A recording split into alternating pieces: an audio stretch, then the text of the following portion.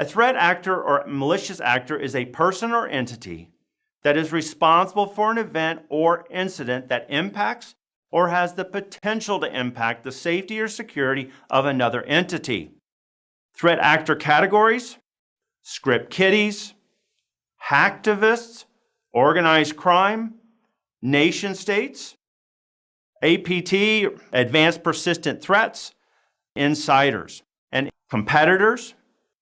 Main threats to an organization are things you have to consider: natural environmental threats, supply system threats, man-made threats, social or political threats.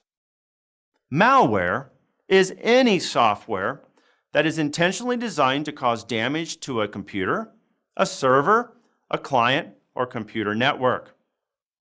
A malware is a set of instructions that run on your computer and make your system do something that an attacker wants it to do.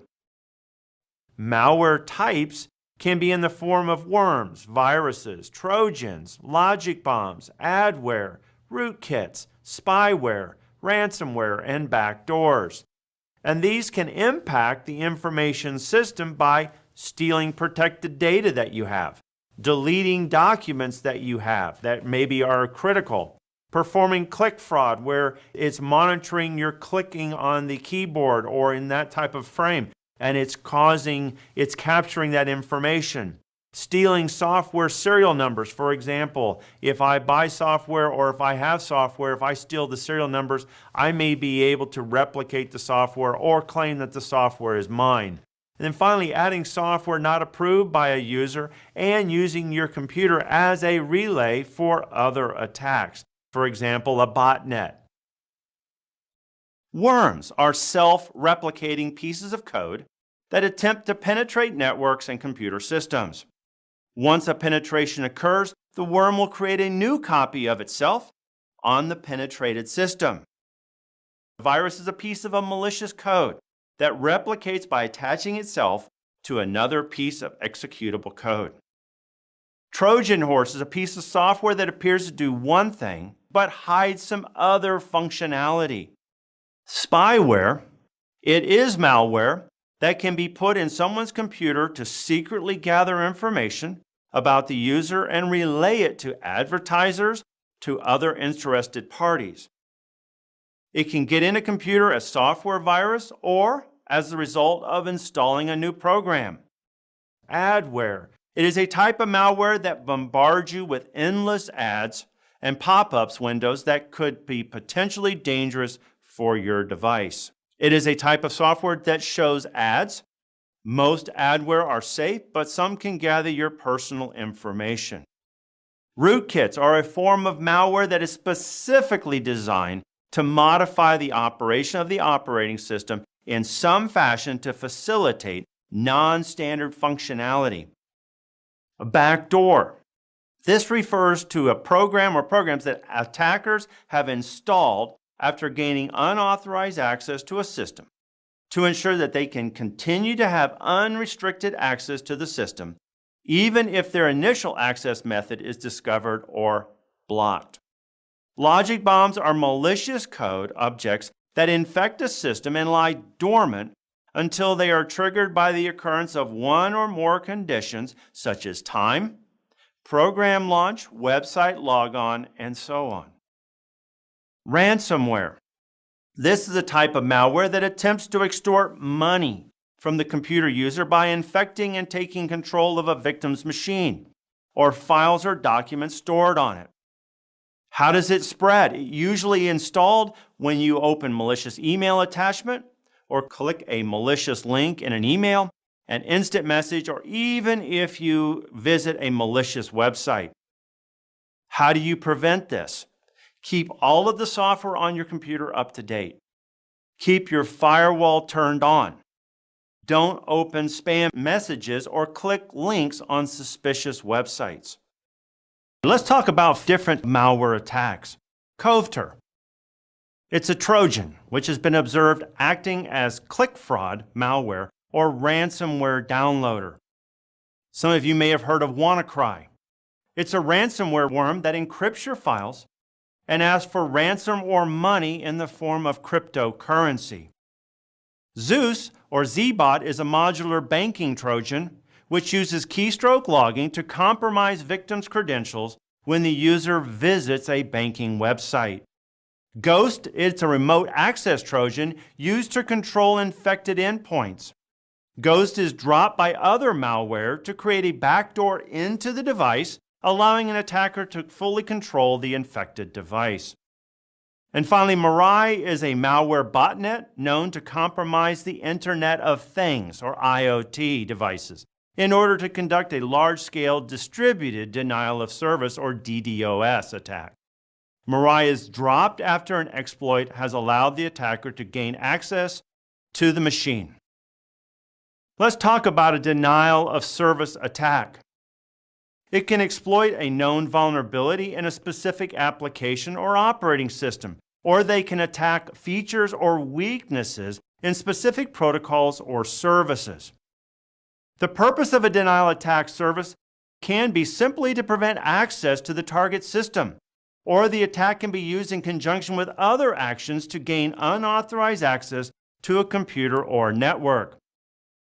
This can be accomplished by crashing the system, taking it offline, or by sending so many requests that the machine is simply overwhelmed. Let's talk about a distributed denial of service. A DOS attack employs multiple attacking systems, is known as a distributed denial of service. The goal of a distributed denial of service attack is also to deny the use or access to a specific service or system. A network of attack agents, sometimes called zombies, is created by the attacker to launch the attack. Several recent denial of service or distributed denial of service attacks.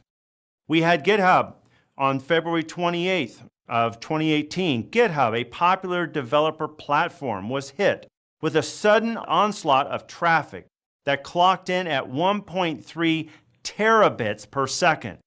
If that sounds a lot, it is. That's because the traffic not only was so massive, it was record-breaking. It shut everything down.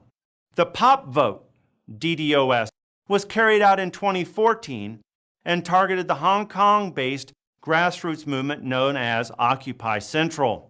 The movement was campaigning for a more democratic voting system. Another one in 2014, security provider and content delivery network Cloudflare was slammed by approximately 400 gigabits per second of traffic. The attack was directed at a single Cloudflare computer and targeted servers in Europe, and was launched with the help of a vulnerability in the Network Time Protocol, or NTP, for computer clock synchronization. Let's talk a little bit about application attacks. An application layer attack targets computers by deliberately causing a fault in a computer's operating system or applications. This results in the attacker gaining the ability to bypass normal access controls. The application layer, or layer 7, attacks refer to a type of malicious behavior designed to target the top layer of that OSI model. Different types of application layer attacks are, for example, cross-site scripting, buffer overflow, denial of service, or distributed denial of service. A SQL injection, domain name system or DNS spoofing, domain hijacking. Software codes and security. There's no doubt that a developer's programming practices play a massive role in the security of software, apps, databases, and all other electronic systems. There's no doubt that a developer's programming practices play a massive role in the security of software, apps, databases, and all other electronic systems. This places a major responsibility to write safe, high-quality code as often as possible. Now, the original code, or otherwise known as source code, is a set of instructions and statements written by the programmer using a computer programming language. Code review is a systematic examination, or sometimes referred to as a peer review, of computer source code. It is intended to find mistakes overlooked in the initial development phase, improving the overall quality of the software. Several testing methods that are used. Static testing. This evaluates the security of software without running it. Dynamic testing. This evaluates the security of the software in a runtime environment and is often the only option for organizations deploying applications by someone else. Here's some recent security attacks. The Sachs, Lord & Taylor. Near the end of March, security firm Gemini Adversary came across an announcement from the Joker Stash hacking syndicate offering 5 million stolen credit and debit cards up for sale.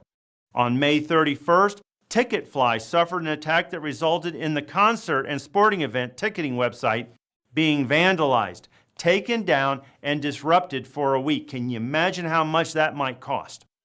Russian hackers have made millions selling credit card details stolen from almost 245,000 British Airways customers during a major cyber attack in August, according to experts.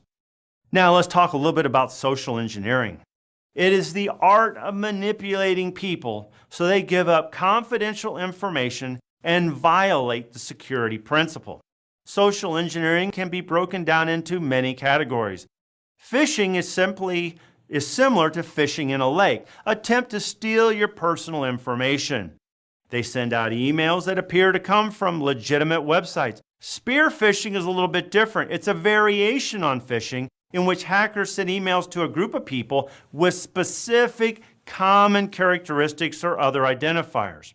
Whale phishing is a term used to describe a phishing attack that is specifically aimed at the wealthy, the powerful, or prominent individuals.